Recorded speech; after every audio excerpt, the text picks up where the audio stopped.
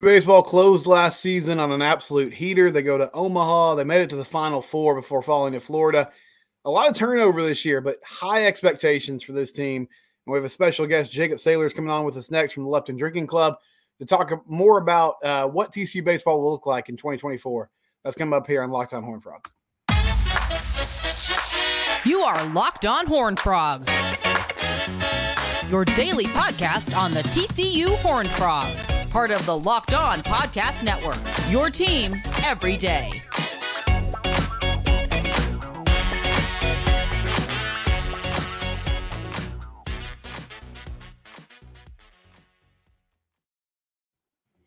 Locked On Horned Frogs, your team every day. We're free and available wherever it is you get your podcast. And joining me today is Jacob Sailors from Lupton Beers, the Lupton Drinking Club. He's a founding father of that group that gets rowdy at Lupton and other TCU sporting events. And Jacob, I know you guys are ramping up the coverage because baseball is starting, and that's your specialty. Typically 2 days a week, though. Is that what we're looking at podcast-wise for you guys? Yeah, I think that's how it's going to be to start. Sometimes we'll have guests on that, that'll increase our content. But yeah, I think 2 days a week is the plan. And yeah, we'll have some other, as the season goes, we're going to be adding some things to, our repertoire. For sure. And man, I need to consult with you guys about how you get such great guests. You do an outstanding job with your booking, getting big time names. So you had Kirk Sarloos today on game week as they get ready for Florida Gulf Coast. So I'd encourage people to go listen to that. It's a good 45 minutes with him about the team itself. And he broke some news for you. So the rotation is set. We're getting Payton Tole, the Wichita State transfer, on Friday nights, Cole Klecker on Saturday, and then on Sunday, Zack Morris, the Arkansas transfer. Right. So I guess first, Jacob, he kind of talked about his philosophy with Klecker on Saturday, because some people might be like, oh, that's kind of interesting that what everybody thinks is your best pitcher potentially is going to be your Saturday starter.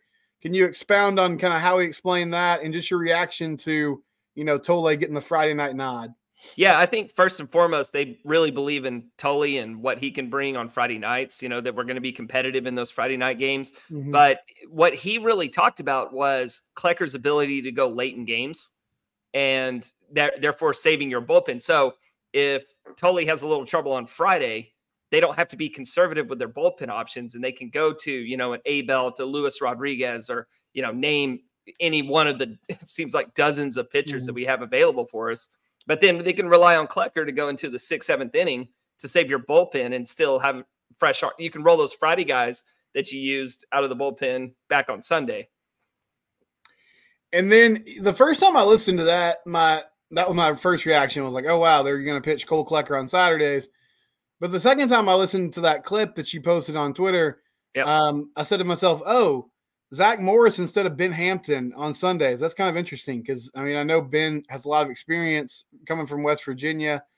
And later on, you guys talked about how he could be your Tuesday starter. But were you surprised by that? Did that catch you off guard at all? Or had you heard those rumblings? Yeah, a little surprised. But I keep going back to the fact that at least in the last 2 years, and if I really thought about it, probably goes back further. If you look at TCU's rotation to start the season and how it, even halfway through the season and then how it ended, it looked nothing like it did in the beginning. So while Zack Morris might be our Sunday guy, and he may be the Sunday guy all season, by week 2, he may no longer be the Sunday guy. So that's what we have right now going into week 1, but it's fluid. So, Ben Hampton probably going to go on Tuesday. Maybe after a couple of weeks, Ben Hampton does slide into the Sunday role, or maybe it shifts altogether. And the 3 that we have this weekend aren't even the 3 that we have halfway through the season. So we'll just wait and see how the guys perform. Is that the biggest, I guess advantage is the wrong word, but maybe reason for optimism for the staff? Is it feels like it's been a few years. They've had some guys step up kind of mid-season, but it does feel like it's been a while since you looked at, a TCU pitching staff and you're like, oh, they have 4 or 5 potential starters that you feel pretty comfortable with in a big game situation. And it seems like there's more options now. 100%. And I don't envy the coaching staff and having to figure out these first few weeks, having to place these guys in roles. So yeah, there's a lot of options. Everybody's job is open. for competition. So it's going to be real fascinating to see how it develops. And one thing that you've been kind of toying with this offseason, and you see down their bottom, Jacob's Twitter handle is @JDSailors. And he's a good follow on Twitter. You get some good jokes. You get some good, like, yeah, for sure. You get some good humor, some analytics from time to time as well, and some nice research. But you were talking about Ben Abelt and what they're going to do with him. And we found out he's going to end up being, bullpen guy. But when you mentioned the possibility of him as a starter, in my mind, I was like, oh, wow, that would be really cool because he was so good to close the season last year. And I think you had a chart at some point this offseason, and I'm sorry to put you on the spot here, but can you remember what kind of you saw that gave you just some curiosity about what he would look like if he was a starter? Yeah, and I can remember his chart off the top of my head, so no need to worry about putting me on the spot. So first and foremost with Ben, it's his K per 9, because I'm a big proponent of, strikeouts equals success. Like if you can strike a guy out, if you can miss bats, then you're going to have success. And he has the highest K rate on the team. So that jumps out at me right away. And then over the season last year, kind of halfway through the season, you started to see his hits per 9 decline, his walks per 9 decline, while his strikeouts kept going up. And I just saw a guy who was developing into a machine gun. And you think about TCU teams that made it, even into the Final Four in Omaha. It seems like when we fall just a little short, we lose to a team that has a machine gun. And I see Ben Abelt as a guy that could potentially be that guy that gets us just a little bit closer, and just a little bit closer means a national championship. So that's why he really excites me. But as for right now, Kirk really likes the idea of being able to use him potentially all 3 days on the weekend out of that 8th, 9th inning role. So, and I'm totally okay with that. I'm not going to argue about that at all. But, we'll see as the season goes. He could be, that machine gun late in the season. And Hunter Hodges is back. I know he broke the news that I believe it's Blake Rogers. Is that his name? The Baylor transfer, unfortunately out for the season. So that's a disappointing news. But what are the other names in the bullpen that you're kind of looking at this year? Yeah, well, and we also lost Cohen Feaser back in the fall. That's a name that can't be overlooked. He's a great arm out of the pen. Kyle Ayers is a transfer out of Houston. He's going to get some innings. Luis Rodriguez, you remember him from last year before he got hurt. You mentioned Hunter Hodges. I mean, the names go on and on. It's going to be real interesting. And even as a group, we spent 80 minutes on a podcast just going back and forth on, which of these guys can pitch where. And it's really the first team I can remember that has so many names on it, so many options. So, maybe a guy that we're hyped up about that going into the season, he may not even pitch very much, depending on how the dominoes fall. So, yeah, real interesting. It is. They got a lot of different guys with different arm angles and, some more power arms, it feels like this year. So some good things from the pitching staff. We're going to talk to position players next. We got some exciting freshmen, some transfers, and we'll start with Payton Tole, who we talked about his ability on the mound, but what could he do in the middle of that lineup? We'll get to that first. Go. So Payton Tole, right? A lot of comparisons to Luke and Baker, and I'm going to steal from my LDC teammate Martin, which I think he describes Payton Tole perfectly. He doesn't believe that it's a good comparison to Luke and Baker because he thinks they're two different kinds of hitters. So with Luke and Baker, he was just a great all-around hitter. He had tremendous power, but in games it was more like hitting for average, gap power, limiting strikeouts. With Payton Tole, you're probably going to see more strikeouts, but you're going to see more game power, which means more home runs and things like that. So I agree with Martin there that it's not Luke and Baker really isn't the best comparison for Payton Tole, but still going to be an electric hitter in the middle of the lineup. And it's interesting because I heard you guys discussing just the way the team was hitting in the fall, that top to bottom, this is really deep. Because I guess, my skepticism was, okay, you're losing Braden Taylor and Trey Richardson and Cole Fontenelle. Those are a ton of your main bats from last year. But even though it's going to be a different look, Jacob, there's a hope that top to bottom this lineup could be deeper in some regards, kind of with their approach and the way they can hit the ball. Yeah, kind of like how we talked about the pitching in past years. You kind of just had your guys and you kind of knew what you were going to get going into the season. And this year, the roles, everything's up in the air. It's the same with the position players. This is more depth that I've seen on any TCU team when it comes to position players. I mean, there's position battles at third base. There's position battles in the outfield. They're going to be using 2 different catchers that'll probably, it's going to be real balanced behind the plate. They're going to use 2 or 3 different first basemen. You could see changes pretty much, I would say anywhere except shortstop really it could be fluid. Yeah, a lot of good stuff here. By the way, we're recording this as TCU basketball is wrapping up. They got an 81-65 win over West Virginia at home tonight, so significant for them to get back over 500 in Big 12 play. They're 6-5 now. They get K-State on Saturday at 11 a.m. in Manhattan. We'll get more with Jacob here in a moment. A quick word from our sponsors, and we'll have more about TCU baseball coming up next here on Locked On Horned Frogs. I do want to quickly mention FanDuel. I told you all football season long about the great deals that they had, especially during Super Bowl week. And you might say, okay, football season's wrapped up. Yes, it has, but there's still outstanding deals. And right now, if you're a hoop head, if you love the NBA, you can go to FanDuel.com/lockedon new customers, make one $5 bet. If you hit on that bet and win, you'll get $150 in bonus bets. Again, that's FanDuel.com/lockedon, or you can use their safe, secure, and easy app. They have, simple money line bets, so you can just bet on teams who you think's going to win the game, or bet on players, prop bets, how many three-pointers, over-unders, all kinds of options. FanDuel.com/lockedon, or download the FanDuel app. New customers, $150 in bonus bets with one winning $5 bet. FanDuel, official betting partner of the NBA and proud sponsor of the Locked On Network. So bringing Jacob back into the fold here, you ran down some of those battles at the different positions. Curtis Byrne, I mean, he really came on at the end of the season, was hitting the ball all over the place. And so they were able to kind of move him in that DH role. Obviously, Carson Bowen had a great year. How do you think they'll kind of massage things to make sure that those 2 guys are in the lineup every day this year, Jacob? Yeah, you touched on it there. Going back to last season with Curtis Byrne, you saw what a healthy Curtis Byrne could do. And he just absolutely raked towards the end of the season. So they're going to make sure that he's in the lineup as much as possible, right? So that means he's going to be relieving Carson Bowen behind the plate. He's going to be getting reps at first base, and he's going to be DHing at times. So as long as Curtis is hitting the ball, then he's going to be in the lineup somewhere.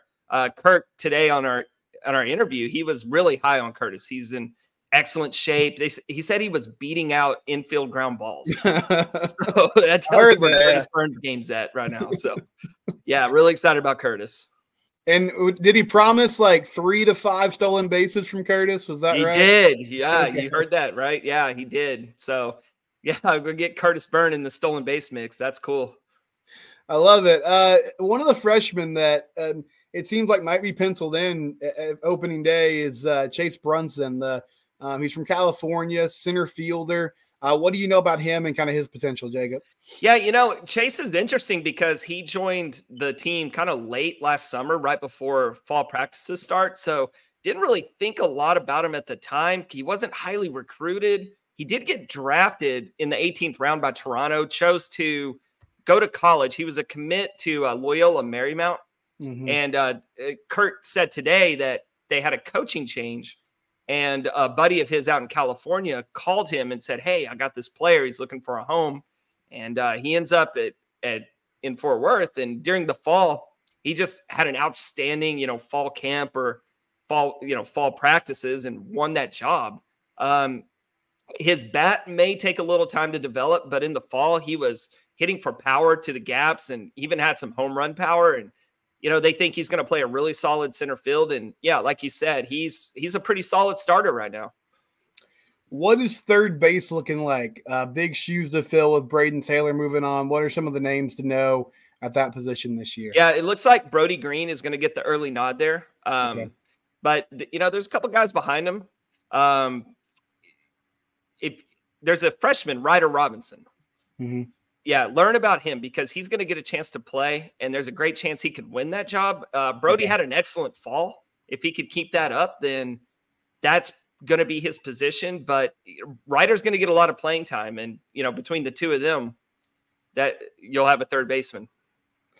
Right. Yeah. I think Martin, one of your podcast hosts, I believe he said that Ryder was like one of the more exciting freshmen he's seen at TCU in a long time. I guess just watching in the fall. He's really high on Ryder Robinson. He was the Gatorade National Player of the Year in Utah. Okay. And he was high school teammates with Fisher Ingersoll. Gotcha. So, yeah, we keep that Utah pipeline going strong with Braden Taylor and Fisher and now Ryder Robinson. They have had good success there. So I guess Big 12 wise, what are your expectations for this team, regular season and beyond? I know it's obviously, we're projecting a lot here, but it feels like there's a ton of excitement around this group. Yeah, I think the Big 12 as a whole, it's not going to be quite as strong as it has been in recent years when you had, a lot of COVID fifth-year seniors, really strong teams. The league is going to be good, but, let's be real. This is TCU's conference to lose. I think if not them, then it's Texas. And if both TCU and Texas have problems, then it's wide open after that. But, yeah, it's TCU's conference to lose. Yeah, I mean, I guess the new teams that are coming in, I don't really know much about Cincinnati. I feel like UCF and BYU have had some success in the past. Houston's not what they used to be, but this is going to be a really different conference next year, Jacob. I mean, Texas and OU. I know OU is sort of up and down, but they give us problems. It does feel like – yeah, they do, especially in Norman, it seems like. Yes. It does feel like this is shaping up to be, with Kirk staying on and just the way he's building this thing, it's shaping up to be TCU's conference, hopefully moving forward. Yeah, I agree with that. The Arizona schools coming in, they're going to have something to say about that, but I do agree with you. I think, and don't count out Oklahoma State. I think they're kind of a sleeping giant. Mm-hmm. Yeah, that's true. Oklahoma State's been consistent. I forgot about Arizona and Arizona State and just kind of where they're at.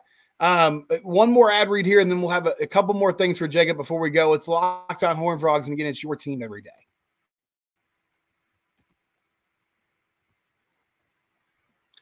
eBay Motors. I've told you guys before, I'm not afraid to say it. I'm not super knowledgeable about vehicles like car maintenance, those types of things. I'm trying to learn more as I'm getting older. But when it comes to finding the right parts for my car, I don't really know the first thing about it.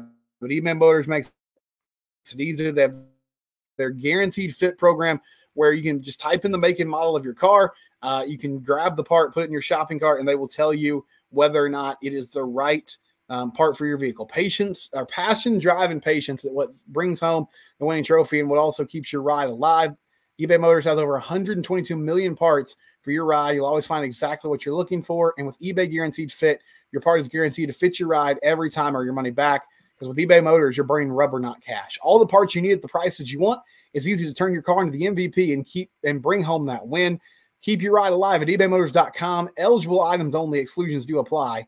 eBay Guaranteed Fit is only available to U.S. customers. Go there today, ebaymotors.com.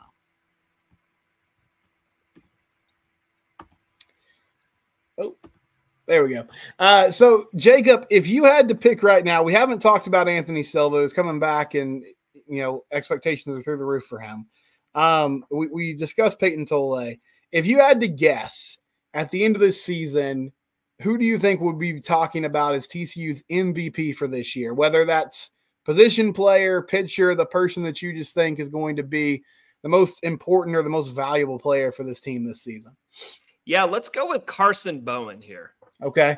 Just rock steady behind the plate defensively, and the way he makes contact with the ball, his hand-eye coordination is I don't think it's going too far to say it's the best on the team. Just the way he's able to hit pitches to all different parts of the field. He hits in the gap. I think his power will increase this year.